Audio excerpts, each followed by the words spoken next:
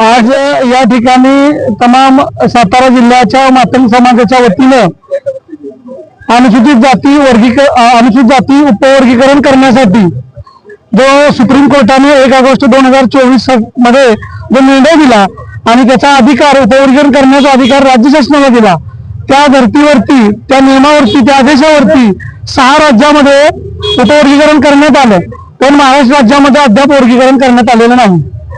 इथल्या 59 जाती अनुसूचित जातीमध्ये येत असताना जी आरक्षणाची आणि लाभाची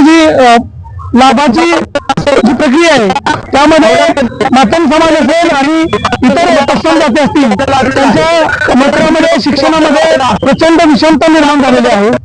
त्यामुळे इतर राज्यामध्ये तात्काळ पावसाळी अधिवेशनामध्ये मुख्यमंत्री साहेबांनी कायदा पारित करून इथल्या वंचित घटकाला न्याय देण्याचं काम करावं, ही मागणी घेऊन आम्ही सातारा जिल्हा कलेक्टर कार्यालयावरती सामाजिक न्याय संघर्ष मोर्चाच्या निमित्ताने या ठिकाणी आलेलो आहोत.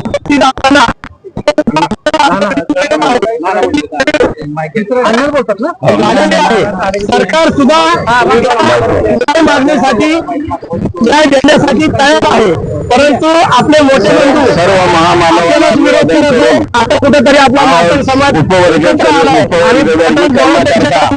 सातारा येथे 17 तारखेला आपण हा मोर्चा आयोजित केलेला होता आणि सातारा जिल्ह्यात कानाकोपऱ्यातून आज या ठिकाणी आमचे मातंग बांधव, माझ्या माता बहिणी, बंधू, सहकारी सर्वच आज या ठिकाणी एकजुटीने उपस्थितीत राहिले. एवढ्या उन्हाच्या चटक्यामध्ये देखील आमच्या माया मावल्या रस्त्याने येत होत्या, अनेक ठिकाणी त्या थांबल्या, पाणी पिल्या, काहींना चक्कर आली, तरी पण त्यांनी त्यांची हट्ट आणि जिद्द सोडलेली नाही. आज मला तुम्हा सर्वांना एवढं सांगू इच्छितो, मी या वर्गीकरणाचा विषय काय आजचा नाही, हा गेल्या 35 वर्षापासून अनेक लोकनेते वर्गीकरण हा विषय घेऊन आपला लढा चालू ठेवलेला होता. परंतु आताच माझ्या सहकारी मित्र कामानीने सांगितलं की 1 ऑगस्ट 2024ला ज्या वेळेला हा सुप्रीम कोर्टाचा आदेश आला त्यावेळेला आमच्या समाजाला एक आशेची किरण निर्माण झाली आणि ह्या गेल्या 2 वर्षात ठिकठिकाणी अनेक ठिकाणी जिल्ह्यामध्ये, प्रत्येक जिल्ह्यामध्ये, शहरामध्ये, तालुक्यामध्ये लोकांनी एकजुटीनं मातंग समाज जमा करून चांगल्या पद्धतीचे त्यांनी मोर्चे आणि निवेदन सरकारला देण्याचं काम केलेलं आहे.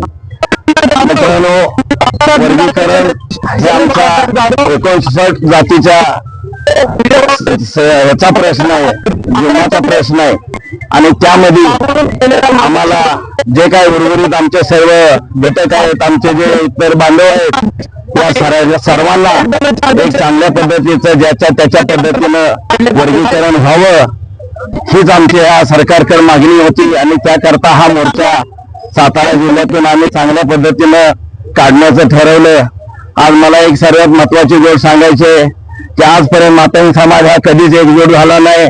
आम्ही वेगवेगळ्या संघटनेचे पदाधिकारी एकत्रित येऊन आज या ठिकाणी मातंग समाजाचा हा मोर्चा काढण्यात आला, कारण वर्गीकरण ही सर्वांना महत्वाची गोष्ट आहे.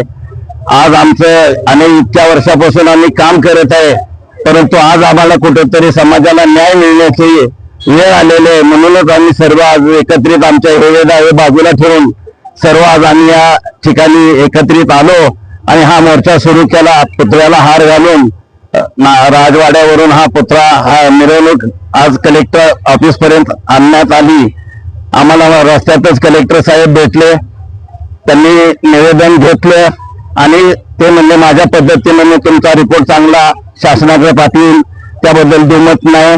आणि तसंच सातारा पोलीस निरीक्षक यांनी आम्हाला चांगल्या पद्धतीचं सहकार्य केलं.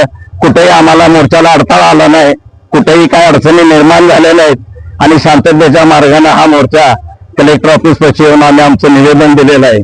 आज या ठिकाणी आमचे पत्रकार बांधव चांगल्या पद्धतीनं उन्हातानामध्ये आज आमच्या बरोबर राहून हे आमच्या न्याय हक्काचा लढा शासनापर्यंत पाठवण्यासाठी त्यांनी आम्हाला चांगल्या पद्धतीचं योगदान दिलेलं आहे. मी त्यांचाही आभारी आहे आणि या ठिकाणी आमचा सर्व समाज त्यांचा ऋणी राहील.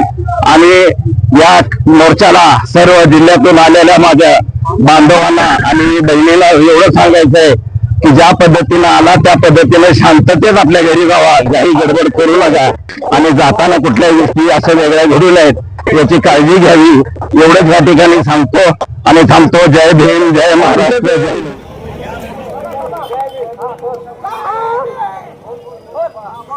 आपली मुक्त साहेब नाही का त्यांनीच आम्हाला शिकवलंय की कसं अन्याय विरुद्ध कसं लढायचं. तिच्याच शिक्षणाने प्रेरित होऊन मी आज तुमच्या समोर उभी आहे. आमच्या समाजाचा विचार कोण करणार? आमच्या समाजाचा विचार कोण करणार? यांच्या शिक्षणाचं काय, यांच्या नोकरीचं काय, यांच्या संधीचं काय? आमच्या समाजाचा कोण विचार करणार आहे? ह्याच्यासाठीच आपण हा सामाजिक न्याय संघर्ष मोर्चात आपण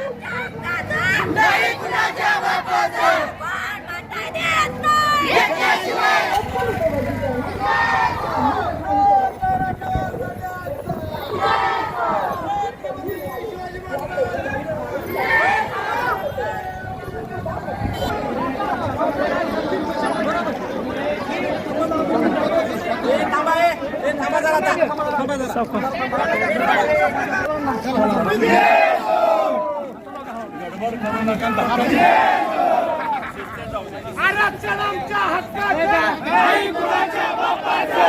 आरक्षण आमच्या हक्काचं नाही कुणाच्या बापाचं. डॉक्टर बाबासाहेब आंबेडकरांचा, श्री शाहूजी महाराजांचा, महात्मा ज्योतिबा फुलेंचा, समाजाच्या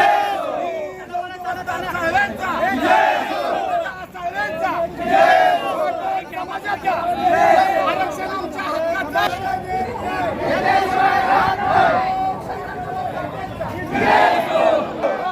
बाबासाहेब आंबेडकरांचा, आरक्षण आमच्या हक्काचं नाही कुणाच्या बापाचं. म्हणता येत नाही, दिल्याशिवाय राहत नाही.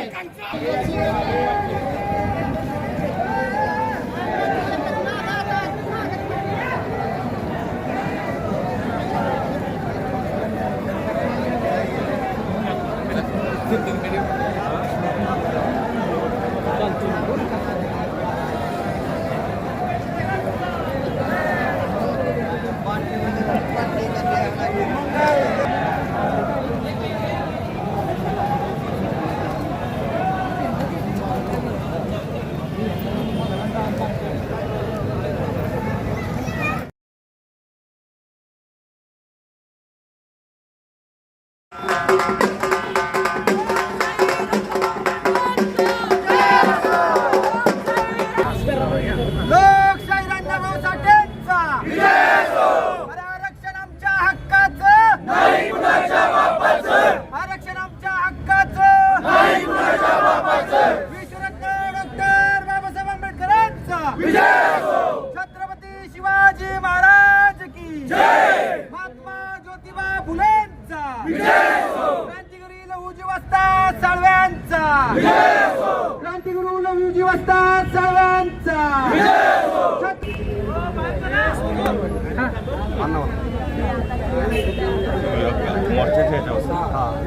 आज सातारा या ठिकाणी उपवर्गीकरणाच्या विषयामध्ये सातारा जिल्ह्यातून आज या ठिकाणी मोर्चा काढण्यात आलेला आहे आणि हा मोर्चा आता इथून बहुसंख्येने राजवाडा या मार्गानं कलेक्टर कचेरीकडे खालच्या रस्त्यानं तो जाणार आहे. शिवाजी महाराजांच्या पुतळ्याला हार घालून कलेक्टर ऑफिसला जाऊन आमच्या ज्या काय व्यथा आहेत त्या व्यथेचं निवेदन हे कलेक्टर साहेबांना देण्यात येईल आणि मग काय असेल ते प्रमुख लोक तिथं मार्गदर्शन करतील. अशा पद्धतीनं आता शांततेनं हा मोर्चा निघणार आहे. आज या ठिकाणी सातारा जिल्ह्यातला समस्त मातंग समाज मोठ्या संख्येने इथं उपस्थित आहे. त्याचं मूळ कारण असं आहे की जे समाजाची दयनीय स्थिती आहे आणि आता जो 1 ऑगस्ट 2024मध्ये जो सुप्रीम कोर्टानं जो निर्णय दिलेला आहे, आरक्षणामध्ये उपआरक्षण करणे, अनुसूचित जातीच्या आरक्षणामध्ये उपवर्गीकरण करण्यासंदर्भातला जो निर्णय आहे त्याची अंमलबजावणी करावी यासाठी सातारा जिल्हा मातंग समाजाच्या वतीनं आज या ठिकाणी बहुसंख्येनं लोक उपस्थित आहेत आणि आमची मुख्यमंत्री महोदयांना मागणी अशी आहे त्यांनी आमच्या या मागणीचा अगदी भावनापूर्वक विचार करावा एवढीच या ठिकाणी आज मोर्चा निमित्तानं विनंती करतो.